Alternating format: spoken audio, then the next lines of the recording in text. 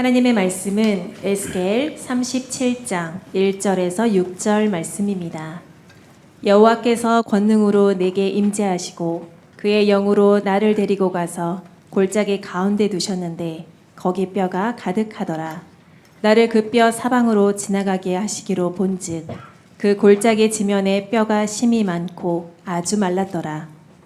그가 내게 이르시되 인자야 이 뼈들이 능히 살 수 있겠느냐 하시기로 내가 대답하되 주 여호와여 주께서 아시나이다.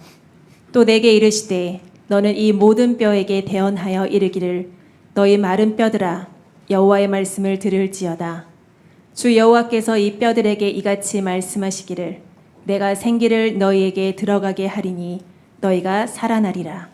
너희 위에 힘줄을 두고 살을 입히고 가죽으로 덮고 너희 속에 생기를 넣으리니 너희가 살아나리라. 또 내가 여호와인 줄 너희가 알리라 하셨다 하라. 아멘. 네, 오늘 하나님 말씀은요, 절망 속에서 탈출할 수 있는 방법이라는 말씀으로 우리가 은혜 얻고 승리하며 돌아가시기 바랍니다. 다 인사하세요. 탈출할 수 있는 방법을 배우고 갑니다. 네, 우리가 이 세상에서 살다 보면 여러분들이 인생이 내 마음대로 내 뜻대로 풀리지 않는다는 것을 부정할 수가 없어요. 그러다 보면 사람이라는 건 저부터 어떤 일이 막히고 또 어떤 일이 잘 내 생각대로 안 풀리게 되면 실망이라는 게 옵니다. 실망하게 돼요. 근데 실망이 조금 더 깊어지면 어떻게 되죠? 여러분들 모든 거에 대해서 이제는 절망하게 되는 거예요. 그래서 이 절망이 더 깊어지면 어떻게 돼요? 아, 이제는 내가 이 세상에서 살면 더 이상 무엇하랴 해서 그렇게 하면 안 되는데 그 어린 나이에도 생명을 어떻게 돼요? 일부러 스스로 끊는 이런 자살적 사건들이 오늘날 현대 사회에 수없이 일어나고 있다는 걸 우리는 부인할 수가 없다는 것이죠. 그러니까 우리가 살다 보면 이 행복하다, 참 기쁘다, 내가 너무 좋다 하는 시간은 우리의 인생에 너무 짧아요. 그런데 하루하루 살다 보는 것이 그냥 좌절, 실망, 절망 이런 것들이 우리들의 삶을 굉장히 피곤하고 힘들게 만들거든요. 그래서 여러분들이 이렇게 거룩하고 복된 주일날 하나님께 나왔는데도 옆 사람 얼굴 보고 인사하세요. 그냥 실망이 꽉 차 있어요. 얼굴 좀 보세요. 그냥 실망을 넘어선 좌절이 그냥 절망이 그냥 여러분들의 얼굴에 말하지 않아도 이런 얼굴들이란 말이에요. 아니에요? 아니면 감사하고. 네. 그런데 아무리 여러분들이 내 마음을 달래고 또 내 마음을 이렇게 붙잡으려고 해도 인간은 유한하고 유약하기 때문에 이런 환경적 사건 또한 사람이나 물질이나 여러 가지 원인으로 인하여 사람들이 이 기쁨을 잃어버리고 살 때가 수없이 많다는 걸 우리는 압니다. 그러면 이 창세기 1장 우리 1절로부터 한번 말씀을 보시게 되면 왜 이러한 삶 속의 좌절과 절망과 이 낙심이라는 늪이 우리들에게 찾아오게 되는 것인가? 한번 보면 이렇게 나와요. 보세요. 태초에 하나님이 천지를 창조하시죠. 그러니까 보세요. 창세기라는 자체는 이미 하나님께서 천지를 창조하시려고 계획하신 하나님의 섭리와 뜻을 어떻게 이렇게 세상을 만드셨는가를 우리들에게 질서적으로 보여주시잖아요. 그러면 이 천지를 창조하시고 난 후에 보시면 땅이 혼돈해요. 공허하죠. 흑암이 깊음이 있어요. 하나님의 영은 수면 위에 운행하셨다라고 2절에 기록이 되어 있거든요. 제가 이 부분을 수없이 여러분에게 영적으로 설명을 해드렸어요. 이것이 질서가 잡히기 전 무질서 상태의 이 세상 천지 창조의 전의 역사적 환경을 성경이 보여준다면 보세요. 하나님께서 이 무질서의 상태를 하나님의 말씀으로 하나씩 질서로 잡아가는 그 사건이 창세기의 말씀이잖아요. 그러면 하나님의 말씀이 선행되어지고 하나님의 말씀이 우리들에게 가라사대 이르시되 하기 전에 이 세상은 혼돈해요. 그러니까 영어로 이걸 성경을 찾아보면 혼돈 자체가 뭐죠? 이게 카오스입니다. 근데 공허해요. 이게 뭐예요? empty 혹은 formless예요. 그 다음에 흑암이 기품이 있어요. 근데 다크니스예요. 흑암은. 근데 기품이 있어요. 이게 딥 다크니스예요. 그러니까 보세요. 하나님이 창세기 1장 2절을 통해서 주시는 영적 비밀이 뭐냐면 우리들의 인생과도 똑같은 거예요. 내 삶 속에 하나님의 말씀과 하나님의 신이 선행되어지 않으면 내 자신이 어떻게 돼? 삶 자체가 혼돈스러워요. 그리고 살고 살아도 내 마음이 뭔가 채워지지 않는 공허함으로 채워져요. 그리고 어떻게 돼요? 이 공허가 지나치니까 흑암이 껴버려요. 근데 깊어요. 이게 절망의 늪이라는 거거든요. 그래서 사람이 얼굴을 딱 처음 대면할 때 보면 알아요. 얼굴이 빛나고 환하고 그래서 여러분들이 이 얼굴에 홍옥사과가 2개가 싹 이렇게 달려있으면 건강도 좋은 거예요. 그런데 사람이요, 이게 의학적으로도 똑같아요. 사람이 죽어가는 과정을 보게 되면 빛을 잃어요. 그래서 낯빛도요 검해져요. 죄송하지만 암 환자들 마지막에 죽을 때 보세요. 시커멓습니다. 왜? 생기가 사라지는 거예요. 생기 대신에 뭐예요? 사기가 들어오는 거예요. 사기. 죽음의 기운이 나를 뒤덮으니까 모든 생명의 빛을 잃어가는 거예요. 꺼져가는 등불이 되는 겁니다. 그래서 여러분들 이 예배도요, 영적으로요, 여러분들이 이 시간 생기가 들어오는 은혜의 시간이 돼야 돼요. 세상에서 일주일 동안 여러분이 지치고 상하고 막 좌절과 절망과 이러한 고난의 늪에 빠졌다가 여러분들이 살 수 있는 방법은 하나님 앞에 나와 이렇게 무질서의 상태였던 나의 삶 속에 하나님의 말씀이 빛처럼 들어감으로 인하여 여러분들 속에 있는 공허와 혼돈과 이런 흑암의 기품이 오늘 이 아침에 이 예배를 통해 여러분에게 떠나가기를 주의 이름으로 권면합니다. 믿습니까? 그러니까 예수님이 이 땅에 오셔서 그래서 왜 귀신을 쫓아냅니까? 왜 원수 사탄 마귀를 박멸하십니까? 그런 것들이 여러분들의 마음속에 침범에 들어오면 영적인 상태가 어두워지는 거예요. 그리고 사람이 신앙에도요, 빛을 잃어요. 기쁨을 잃어요. 그러니까 이 빛과 기쁨과 은혜를 잃어버리니까 여러분이 어떻게 돼요? 죽상이 돼버리는 거예요. 예배를 드릴 때도 하나도 기쁘질 않아요. 봉사를 해도 기쁘지도 않고요. 헌신을 해도요, 감사가 없어요. 왜 하나님께서는 우리에게 항상 기뻐하라고 그랬을까요? 쉬지 말고 기도해라. 범사에 감사하라. 이것이 너희를 향한 하나님의 뜻이라고 그랬어요. 그러니까 우리의 삶은 하나님의 뜻이 뭐냐? 뭐 기도 많이 하고 다 중요해요. 그런데 요 말씀대로 얘기하면 하나님의 뜻이 뭐래요? 너는 항상 기뻐해야 돼. 여러분 그거 아세요? 일소라는 말이 있듯이 사람이 한번 화를 내기 시작하면 한번 늙어버려요. 근데 웃으면 젊어져요. 그리고 옛말에 어른들이 했어요. 웃으면 뭐가 온다? 복이 온다. 근데 여러분들 하루에 몇 번 웃어요? 몇 번 웃냐고. 지금도 봐봐.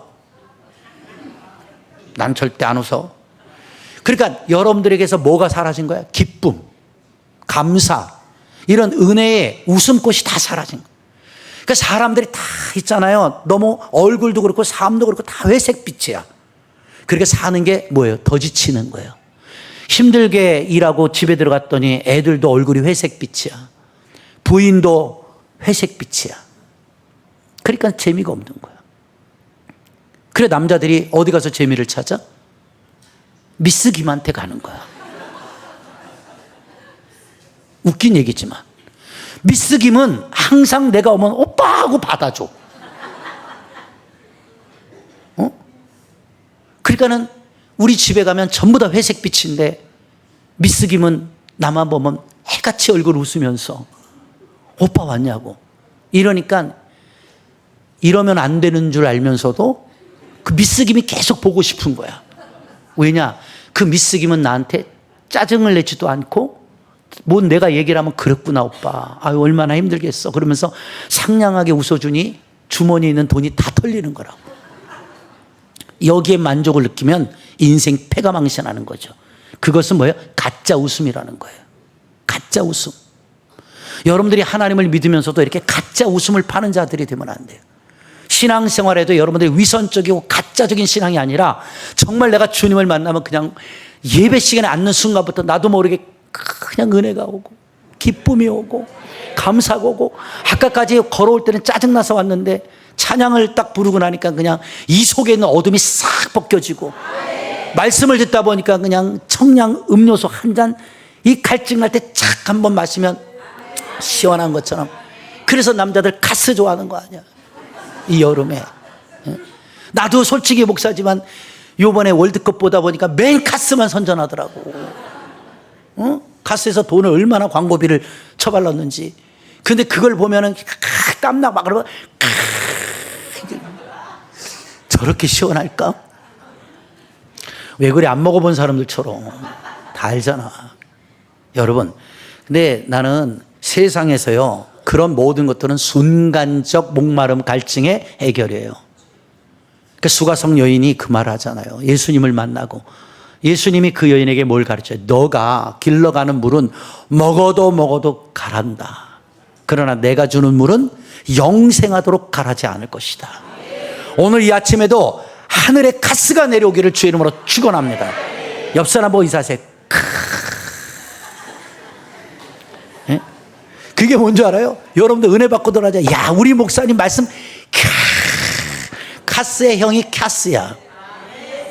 이래도 안 웃어? 그냥 죽어 그럼. 제가 왜 그러냐면 한 주간을 살다 보면 힘들잖아. 그래서 때로는 여러분들에게 좀 이렇게 재미나게 표현을 해주는데, 오늘 이 본문의 말씀이 절망 속에서 탈출하는 방법이잖아요. 그럼 창세기 1장 2절을 통해 알려준 거예요. 무질서, 무혼동, 다 모든 것이 흑암 껴있는 상태를 하나님이 어떻게 잡아가요? 말씀으로. 그러니까 오늘도 똑같은 거예요. 여러분들이 어떤 마음을 갖고 나왔다 할지라도 하나님의 말씀이 여러분들에게 들어가야 여러분들 속에 있는 이 흑암의 좌절과 절망이 떠나가게 되어 있다는 걸 아셔야 된다는 겁니다. 오늘 이 에스겔서 37장의 사건은요, 역사적 배경을 통해 보게 되면 우리가 잘 알듯이 북이스라엘과 남유다가 다 패망을 하게 돼요. 하나님의 말씀을 버린 대가가 패망이거든요. 그래서 북이스라엘은 BC 722년에 아수리아, 그쵸, 이 아수르 군대에 패망을 하고요. 오늘 본문에 기록되어 있는 이 에스겔 선지자의 사건은 남유다가 패망을 당하여 우리가 잘 아는 이 바벨론으로 포로가 되어 끌려가 종살이를 70년 하는 동안에 생겨난 일인 겁니다. 그래서 이 남유다는 BC 586년에 오늘날로 말하는 신바벨로니아, 오늘날로 말하면 이라크에게 느부갓네살 왕에 의하여 멸망을 당하게 되는 것이에요. 이 남유다의 패망 과정이 분명히 있어요. 여러분 잘 들어보셔야 돼요. 사람이 멸망하고 패망할 때는 그냥 하루아침에 뚝딱 망하고 뚝딱 패망하는 게 아니에요. 그 원인이 있다는 거예요. 사업도요, 실패했을 때는 분명한 원인이 있단 말이에요. 누굴 탓할 게 없어요. 내가 사업을 잘못했기 때문에 그 사업이 망한 거거든요. 근데 그 원인을 잡아야 되는데 그게 아니라 친구 잘못 만나서, 사업 파트너 잘못 만나서, 내가 뭐 어떻게 해서 사기를 당해서, 이런 모든 것들로 여러분들이 자꾸 원인을 전가시키고 이유 없는 이유를 대면서 자기의 실패를 인정하지 않으려고 하는 사람들의 그 교만함의 마지막 정점 과정이 패망이었다는 것입니다. 여러분, 이 당시에 586년 망할 때에 유다의 역사적 배경을 보면 제20대 왕인 시드기야 때 최종 멸망을 맞이하게 되는 겁니다. 그런데 이때에 예루살렘 안에서의 공방전이 일어나게 되는데, 바벨론 군대가 예루살렘 성을 에워싸는 거예요. 그런데요, 공격도 안 해요. 2년간 포위하고요, 아무것도 안 합니다. 그러니까 이 성 안에 있는 사람들은 바깥으로 나와서, 쉽게 표현할게요, 뭐 농사도 져야 되고 물도 길어가야 되고 뭐 여러 가지 양들도, 그쵸, 초장에 풀을 먹여야 되고 하는데 2년 동안 이 성을 딱 포위해 놓고 절대 움직이지 않는 거예요. 그러니까 말려 죽이는 거죠. 그래서 극심한 기근이 이 성 안에 발생하게 되는 것입니다. 그리고 나서 나중에 성벽이 뚫리자 시드기야 왕이요, 혼비백산해서 이제는 막 다 버리고 도망치기 시작하는 겁니다. 그런데 이 바벨론의 느부갓네살 군대에게 잡히죠. 그리고 나서 어떻게 돼요? 그 아버지가 앞에 아들을 처형을 시켜버립니다. 그리고 시드기야 왕은 두 눈이 뽑힌 채 바벨론으로 포로가 되어 끌려가게 되는 사건이, 이게 바벨론 포로 시기에 일어난 유다에게 일어난 사건인 것이에요. 그래서 이 당대에 우리가 알다시피 솔로몬이 지은 예루살렘 성전, 왕궁이 다 불타버리고 파괴돼요. 수많은 백성들이 바벨론으로 포로가 되어 끌려가고 다 어떻게 돼? 흩어지게 되는 것입니다. 그러면 여기서 이 유다가 패망한 원인이 무엇이냐? 성경 역사학자들은 이렇게, 첫째가 정치 외교적 실패라는 거예요. 당시 급부상했던 신흥 강대국은 바벨론이었습니다. 신바벨론이야. 오늘날로 말하면 미국과 같은 존재인 겁니다. 여러분, 전 세계에서 미국을 이길 수 있는 나라가 있나요? 없죠. 그러니까 미국에 대적하면, 여러분 보세요. 이란이고 뭐고 마음만 먹으면 하루아침에도 그 나라를 없애게 할 수 있다고 그러잖아요, 트럼프가. 그만큼 강력한 무기와 강력한 군사력을 갖고 정치 외교에 미국을 능가할 수 있는 나라가 없듯이 이 당대 신바벨론이 그러한 나라였다는 걸 알 수 있어요. 그런데 이때의 예언자인 예레미야가 나타나서 이 시드기야에게 영적으로 미리 경고해 주는 거예요. 알려주는 거예요. 임금님, 잘 들으세요. 제가 하나님 앞에 기도하고 영적으로 쉽게 표현할게요. 예언합니다. 알려드립니다. 그게 뭡니까? 지금 이집트, 애굽은 지금 망해가고 있습니다. 왜? 바벨로니아가 급부상하기 전에 에집트가 강대국이었거든요. 그러니까 이집트를 이길 수 있는 나라가 없는 거야, 이 바로를. 그래서 성경은 전부 다 바로적 사건이 많이 나오잖아요. 그런데 이제는 시대가 바뀌어서 이집트가, 애굽이 이제는 점점 기울어지고, 이 이라크인 신바벨로니아 바벨란이 이 강력한 군대 이끌고 어떻게 돼요? 지금 급부상하고 있는 것이에요. 그때에 예레미야가 알려주는 거예요. 애굽을 의지하지 마십시오. 당장 사신을 보내서 오늘날로 말하면 이 바벨론과 외교를 맺으십시오. 그리고 바벨론과 화친을 가지십시오. 그런데 이 시드기야가 고집을 피웁니다. 아니, 나는 너 말대로 안 할 건데 그거 어떻게 하실 겁니까? 나는 끝까지 애굽을 의지할 거야. 여기서 첫째, 정치 외교의 실패입니다. 지금 우리나라도 이렇게 가고 있지 않나 영적으로 생각해 봐야 돼요. 여러분, 제가 정치적으로 설교하는 거 아닙니다. 오해하지 말고 들으세요.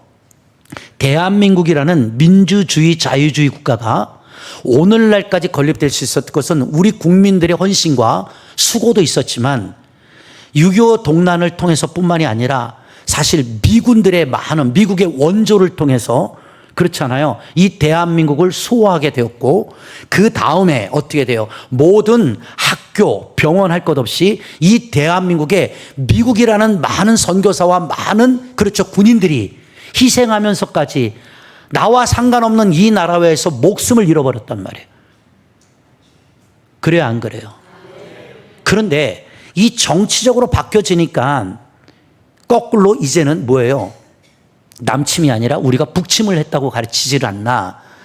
미국이 우리에게 이제는 전혀 도움이 없는 그러한 말도 안 되는 정치적 이념의 노선의 사상들을 다 왜곡적으로 심어줘서 국민들로 하여금 어떻게 돼요? 이제는 미국을 적대시 여기고 미국을 파멸하려고 하는 이런 것들이 전부 다 보면 공산주의적 노선이라는 걸 여러분은 아셔야 되는 겁니다.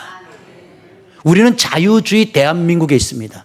그런데 놀라운 게 뭔지 알아요? 이 공산주의의 노선을 따르는 사람들도 그 자식들은 다 미국으로 유학을 보내고 있다는 거죠. 그렇게 싫어하는 미국을 왜 그러면 그렇게 선호하고 사모하며 왜 그 자식들을 그렇게 보냅니까? 여러분, 저 북한의 김정은도 어디 가서 공부했어요? 스위스 가서 공부했어요. 유럽에 가서 공부했단 말이에요. 중요한 건 정치적, 외교적 노선. 그런데 보세요. 우리나라의 현실적 사건이 어려운 것 중에 하나가 뭐냐면 이런 노선, 정치, 외교의 노선을 잘못 잡으면 어떤 현상이 벌어지느냐. 이집트를 의지하는 거죠.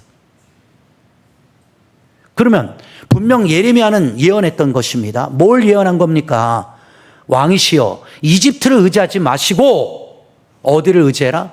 바벨론을 붙잡아야 합니다. 그런데 왕이 현명하지 못하여 이집트를 붙잡고 결국 바벨론을 무시한 결과가 심판의 결과로 인하여서 자기는 두 눈이 뽑혀 죽게 되었고 자식은 그 앞에서 어떻게 돼? 살해를 당하는 끔찍한 일이 오늘 본문 안에 일어난 사건이라는 것입니다. 이해가 되십니까? 여러분, 그렇기 때문에 좌절과 절망의 늪의 가장 큰 게 바로 무엇이냐면 나라를 잃어버리는 거예요. 여기 연세가 많으신 분은 나라를 잃어본 경험이 있어요. 일본에게 36년 동안 일제강점하에 우리나라는 대한민국 국민으로서 살 수 있는 기회를 박탈당했어요. 그리고 정말 인간 대접도 받지 못하고 약 40년간을 그 고통 속에서 살아보신 어른들이 계신다고요. 그렇기 때문에 나라를 잃어버린 슬픔이 얼마나 큰지를 알기 때문에 이 나라가 어떻게 돼? 소중한 걸 아는 것이죠. 이해가 되십니까? 그러니까 모든 좌절과 절망을 다 겪어봤지만 가장 큰 절망과 좌절은 뭐다? 나라를 빼앗기는 거예요. 우리나라 열사, 의사들이 나타나고 많은 사람들이 대한독립 만세를 외치다가 수없이 처단당하고 죽은 그 사건들을 어떻게 잊을 수가 있겠습니까? 이것이 바로 나라 없는 백성들의 슬픔이고 나라가 없는 사람들의 인생이라는 것을 우리는 뼈저하게 겪었다는 것이죠. 여러분, 그런데 오늘 이 에스겔서의 말씀 속에 이렇게 표현하는 거 37장 에스겔이 포로가 되어 끌려갔을 때 이 하나님 앞에 나라와 민족을 위해 기도하는데 환상이 열려지게 되는 것입니다. 그런데 그 환상이 무엇이냐면 이 절망과 좌절, 이제는 희망이 다 사라진 유대인들에게 이 하나님의 에스겔을 통해 주시는 환상이 뭐냐면 마른 뼈다귀들을 보여주시는 거예요. 그런데 이 마른 뼈들을 보여주면서 이 마른 뼈들이 다시 살아날 수 있을 것이냐라는 질문을 하나님이 에스겔에게 던지는 사건으로 시작이 되고 있거든요. 그래서 1절에 보면 여호와께서 권능으로 내게 임하시고 그의 영이, 하나님의 영이 나를 데리고 가서 골짜기 가운데 두셨는데 거기 뼈가 가득했단 말이에요. 환상 중에 뼈다귀들, 죽은 마른 뼈들이 가득했단 말이에요.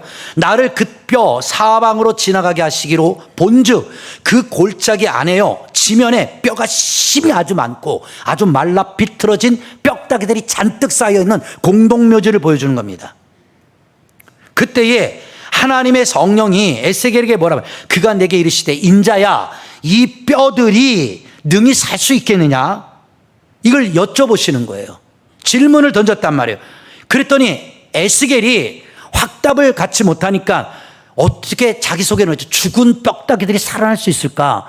저게 하루 이틀 죽은 게 아니고 죽은 지 10년, 20년, 30년이 넘은 마른 뼈다귀들이 어떻게 살 수 있을까? 그러니까 하나님 앞에 아니요 라고는 할 수 없으니까 어떻게 돼요? 우유부단한 마음으로 주께서 아십니다라고 미온적인 대답을 하시죠. 자, 이게 바로 무엇을 의미하는 것입니까? 이것이 남유다의 영적 상태를 말하는 것이에요. 남유다가 포로가 되어 끌려가 이제는 나라를 잃어버리고 하나님에 대한 그치요 영적인 은혜의 사건을 다 놓쳐버린 유대 백성의 처참한 영적 현실 사태를 환상으로 마른 뼈로 보여줬다는 거예요. 그러면 오늘날 이것을 현대식으로 제가 한번 바꿔 설명을 해볼게요. 여러분들이 이 자리에 이렇게 많은 분들이 나와 예배를 하나님 앞에 드리고 있는데 하나님이 예를 들어 유목사야 갑자기 부르셔서 그런데 우리 교인들을 보여줬는데 우리 교인들이 다 마른 뼈다귀라고 환상처럼 보였다고 쳐봅시다. 그럴 때 저한테 하나님이 물어보시는 거죠. 너는 이 양들, 이 말라 비틀어져 있는 이 죽은 뼈다귀들이 살아날 수 있을 것이라고 믿느냐? 그럼 저 또한 그러겠죠. 하나님, 죽은 지 꽤 오래된 것 같은데 제가 어떻게 살립니까? 살 수 없을 것 같은데요 라고 말할 수밖에 없겠죠. 그런데 오늘 본문의 에스겔은 그걸 그냥 하나님만이 하실 수 있습니다라고 미온적으로 대답을 했는데 하나님께서 뭐라고 말씀하시는 겁니까? 자, 내게 이르시되 4절에 너는 해야 할 일이 있다. 그 첫 번째가 뭐냐?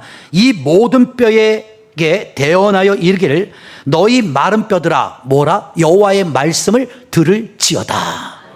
믿으시면 하면. 그러니까 보세요.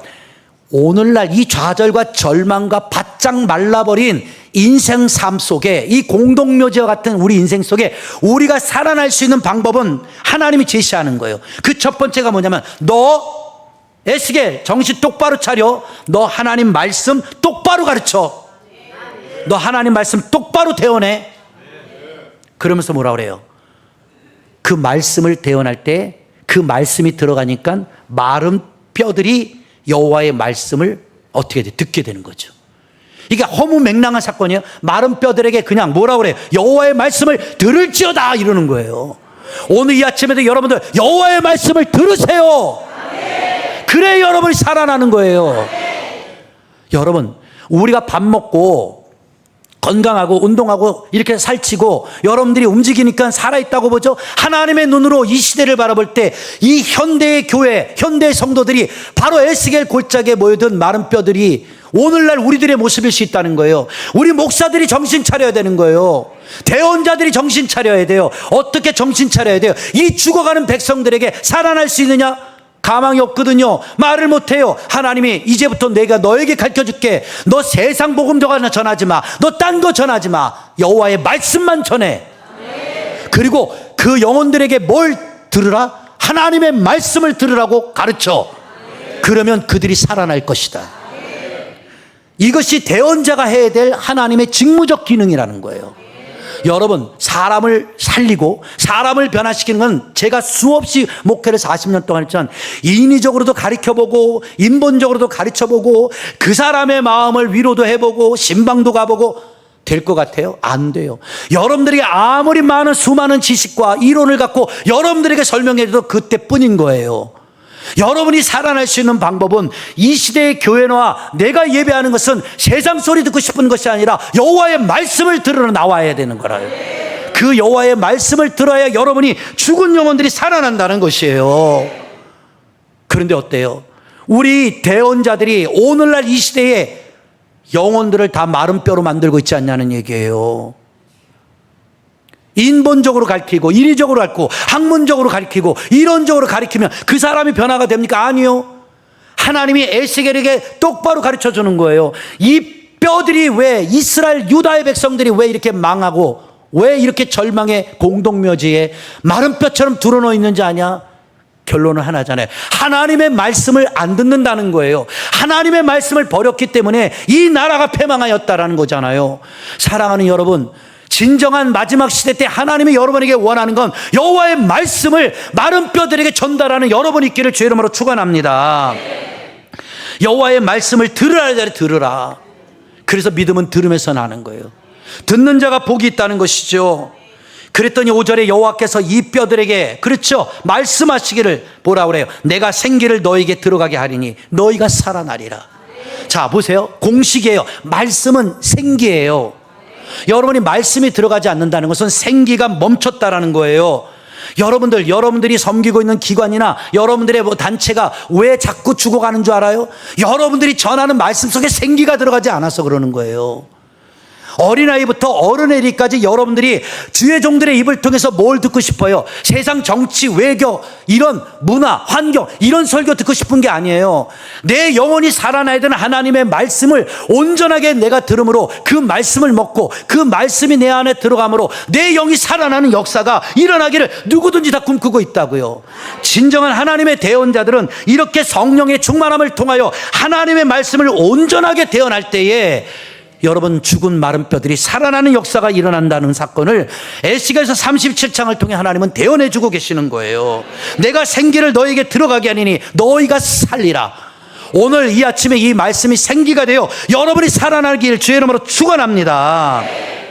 여러분 이렇게 이스라엘은 남유다는 바벨론의 포로로 잡혀가 국가, 주권 모든 것들을 다 잃어버린 거예요. 스스로 소망이 없고 멸절되어 버린 겁니다. 그러니까 뭐예요? 누가 망하게 한 게 무서운 게 아니고요. 스스로 무너지는 게 무서운 거예요. 아 이제 우리나라는 가망 없어. 아 내 인생은 이제는 더 이상 희망이 없어. 그냥 모든 것을 다 포기해버리는, 소망이 멸절되어버리는 그 영적인 상태가 마른 뼈의 모습들이라는 것이죠. 오늘 여러분들 삶 속에도 이렇게 소망을 잃어가고 있지 않습니까? 좌절과 절망의 늪에 빠져서 영적으로 허우적거리고 있지 않습니까? 그냥 다 그만둬야 되나? 그냥 다 때려쳐야 되나? 왜 그럴까요? 여러분들 속에 진정한 하나님의 생기가 여러분의 삶을 어떻게 돼요? 주관하고 있지 못하기 때문에 그래요. 그러니까 사는 게 힘든 거죠. 재미없잖아요. 예배를 드려도 그 예배가 그 예배고, 맨날 말씀을 들어도 그 말씀이 그 말씀이고, 내 영혼이 살아나는 생명의 그 약동의 역사를 우리가 체험하지 못하고 살아가는 현대적 신앙인들이 얼마나 주님의 눈으로 볼 때는 마른 뼈 같은 모습이지 않을까라는 겁니다. 아무런 소망이 없는 상태, 그걸 바싹 마른 뼈로 비유하셨던 겁니다. 하나님은 근데 보세요. 여러분이 좌절하고 다 말라 비틀어져도 하나님은 절대 그 소망과 하나님의 기대를 저버리지 않으신다는 거예요. 하나님은 여러분을 절대 포기하지 않습니다. 그래서 에스겔이 오늘 하나님의 말씀을 대언하면서 이 생기의 역사를 체험하게 되는 거잖아요. 그렇죠? 그러면 에스겔은요, 오늘 하는 것 하나밖에 없어요. 하나님 말씀을 들었고 그 뼈들에게 여호와의 말씀만 똑바로 넣어주라는 거죠. 하나님의 말씀을 정확하게 전달하면 네가 살리는 것이 아니라 그 말씀의 주체이신 하나님이 그 마른 뼈다귀들을 살려주실 거라는 거죠. 그러니까 여러분, 말씀이 들어가야 여러분이 사는 거예요. 이해가 됩니까? 그런데 그 말씀은 생기라고 그랬잖아요. 그 원어로 살펴보면 히브리 말은 루아흐입니다. 루아흐. 헬라어 말로는 이게 푸뉴마거든요. 성경 신학자들은 이 생기, 루아우, 이 푸뉴마 자체를 성령으로 표현을 하고 있어요. 그러니까 간단하죠. 이 사건이 예수님이 이 땅에 오셔서 12제자를 모아놓고요, 다른 설교, 천국에 대한 비밀을 가르쳤지만 그 제자들이 알아듣지 못하니까, 답답하니까 딱 한마디 하셨죠. 성령을 받으라 그랬어요. 너희들은 성령 충만함을 받아라. 믿으시면 아멘. 여러분, 성령을 받아야 그 루아우, 생기가 여러분들 안으로 들어가 그 성령 하나님이 여러분을 살리는 역사가 일어나게 된다는 것이에요. 그래서 여러분 성령 받아야 돼요. 여러분 잘 들으세요. 뭐 성령 하나님이 이것만 성령 받는 게 아니에요. 그게 아니라 여호와의 말씀을 들을 때에 살아있는 하나님의 성령의 역사심이 생기로 여러분들에게 들어가시게 되어 있다는 것이죠. 믿으시면 아멘. 그래 보세요. 37장 5절의 말씀에 보시면 뭐라고 기록이 되어 있나 한번 볼까요? 한번 읽어보세요, 여러분들이. 시작.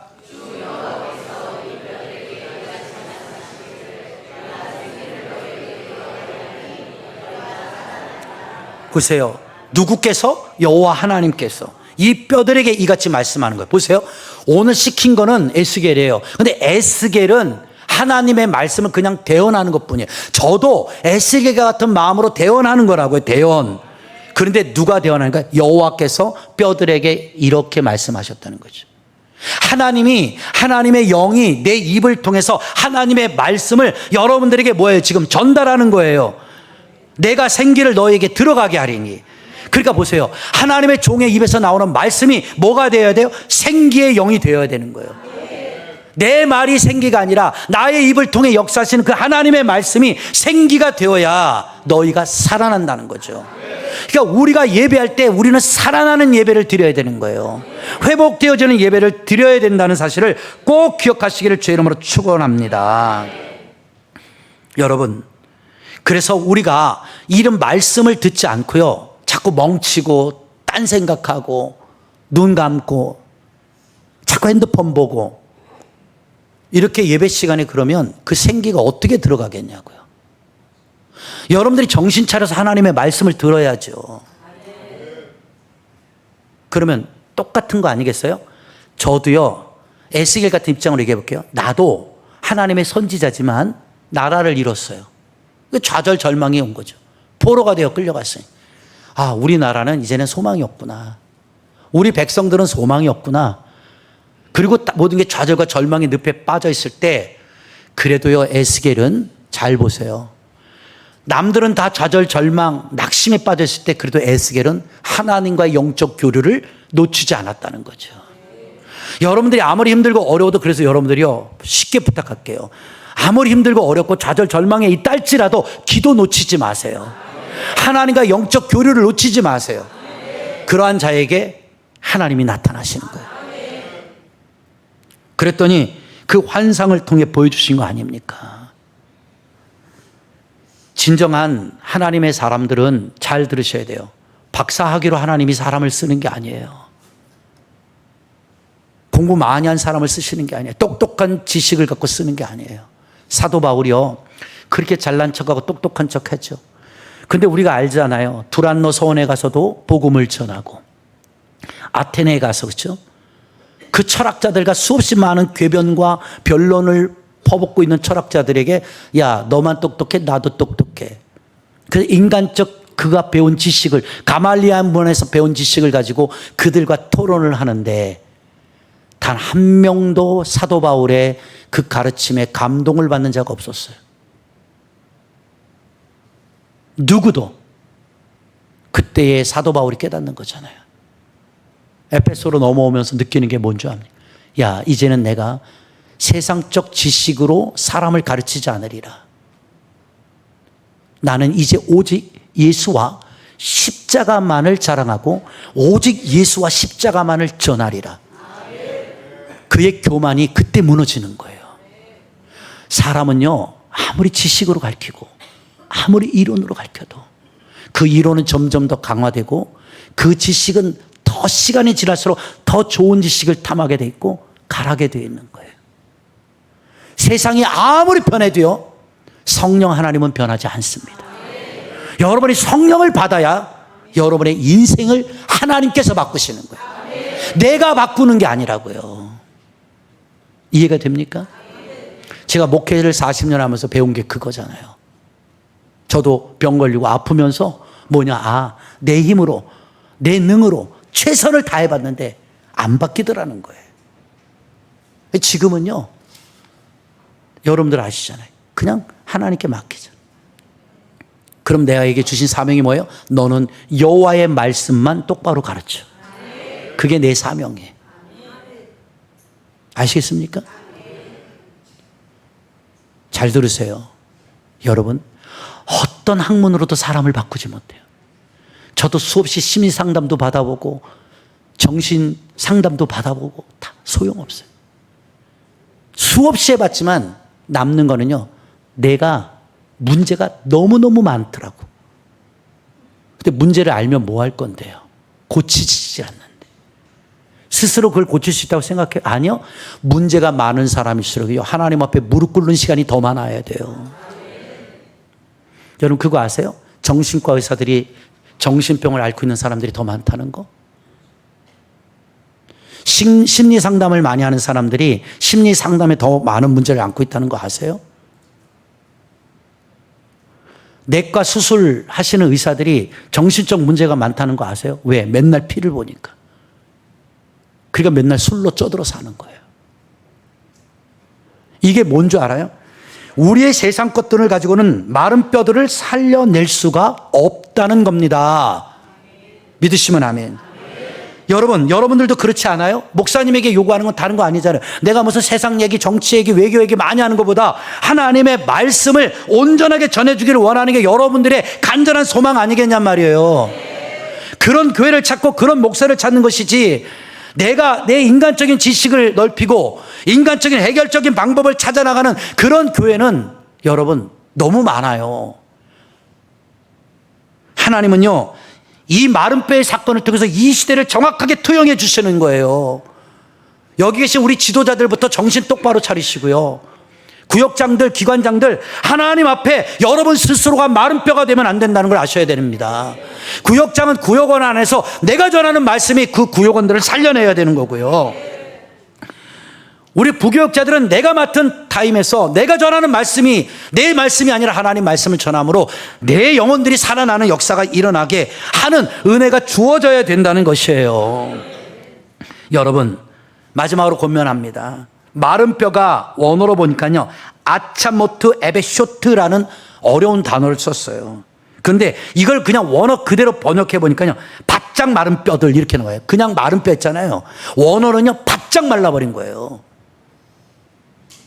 우리 여기 계신 어른들, 청년들, 학생들도 주일학교도 마찬가지예요. 다 바짝 마른 뼈들로 만들면 안 돼요, 여러분.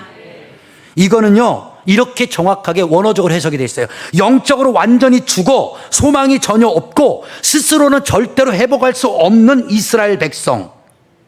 이게 바로 누구다? 절망적 상태를 시각적으로 극대화하여 보여준 유다의 진정한 모습이 바로 바짝 말라버린 뼈다귀 너희들이다, 이렇게 얘기한 거예요.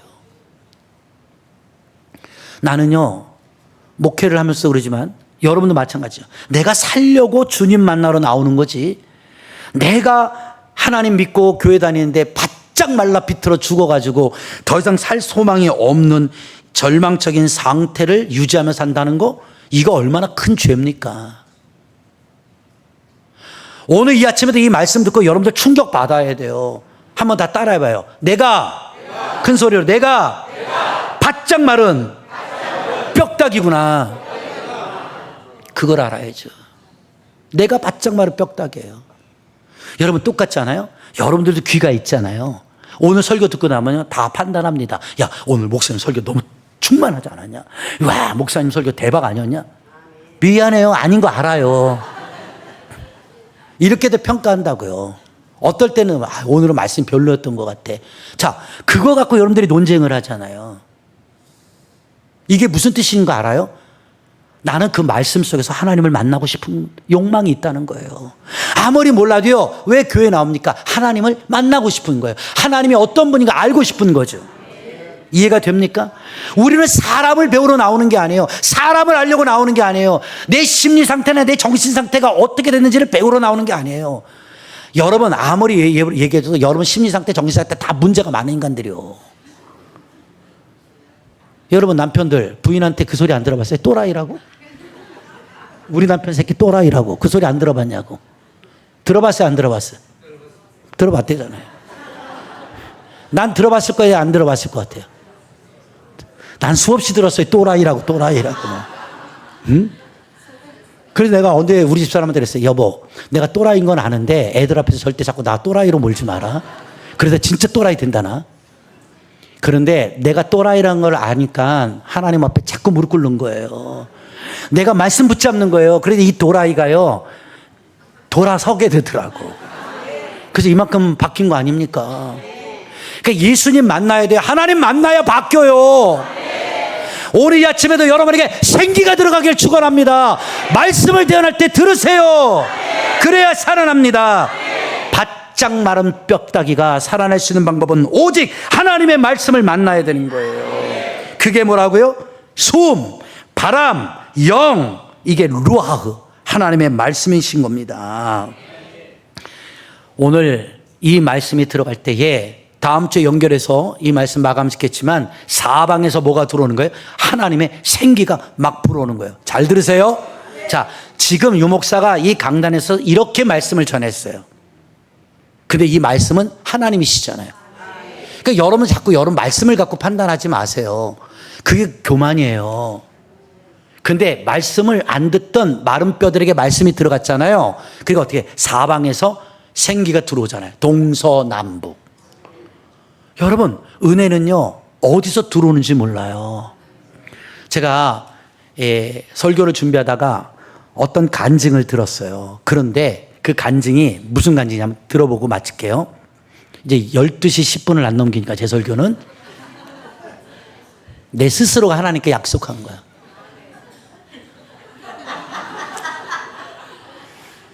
여러분들 비타민 의학 박사였던 이의왕재 박사님 아시죠? 지금 그분 때문에 이제 비타민 건강 치료 효과를 굉장히 많이 보고 많은 사람들이 그걸 따라 하는데 그 이왕재 박사님하고 같이 나오는 박사님이 한 분 계세요. 그분도 의사예요. 근데 이분이 온누리교회에 이제 집사님이 되신 거야, 한수 집사가. 자기가 나와서 간증을 하는데 어떻게 자기가 교인이 되었고 하나님을 영접했는가를 잠깐 간증을 하는데 와 깜짝 놀랐어요. 자기 부인이 온누리교회의 권사였다는 거야. 근데 하용조 목사님 살아계실 때 자기는 무교지만 교회 가는 걸 반대하지 않아서 아침마다 이 교회에 자동차에 부인하고 애들을 실어서 교회까지 데려다 주는 거야. 그리고 예배가 끝날 때까지 그 뒤에 넘어가면 이제 공원이 있으니까 거기서 이제 1시간씩 운동을 하고 예배가 끝나기를 기다렸다가 픽업해 오고 이렇게 했다는 거죠. 이렇게 3년, 4년 그냥 부인 데려다 주기 시작했대요. 교회는 안 들어갔대. 그런데 어느 날 부인을 데려다 주고 딱 내려오는데 갑자기 그 본당 앞에 스크린이, 우리 교회도 스크린 있잖아요. 이렇게. 그게 있는데 하용조 목사님 그 얼굴이 비춰지면서 설교를 하는 거를 잠깐 들었대요. 잠깐. 근데 자기 생각에는 한 5분도 안 들은 것 같대요. 근데 어떤 일이 벌어졌는 줄 알아요? 갑자기 상상할 수 없던 어떤 힘이 자기를 찾아오더라는 거예요. 근데 갑자기 그 목사님의 얼굴을 바라보고 설교를 5분도 안 들었는데 자기도 모르는 사이에 눈물이 나기 시작하더래요. 거기서 회심이 된 거예요. 그래갖고 그 뒤로부터 부인을 데려다 주는 게 아니라 부인과 함께 교회에 참석하기 시작했다는 거예요. 그런데 그분의 마지막 간증이 뭐냐면 하나님이 나를 너무 사랑해서 그 스크린을 통해서 나를 만나 주신 거를. 근데 그걸 어떻게 의학적으로 설명할 수가 없대요. 나는 오늘 이 아침에 그런 하나님을 좀 만났으면 좋겠어요. 그런 하나님을 여러분들이 체험했으면 좋겠어요. 그런 하나님을 여러분들이 발견했으면 좋겠어요. 억지로라도 부인 데려다 주세요.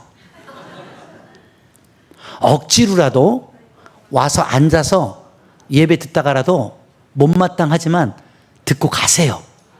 그러다 보면 그 하나님의 생기가 그 사람의 영혼을 강타할 것입니다. 우리 교회는 마른 뼈가 되어지는 공동체가 되면 안 돼요.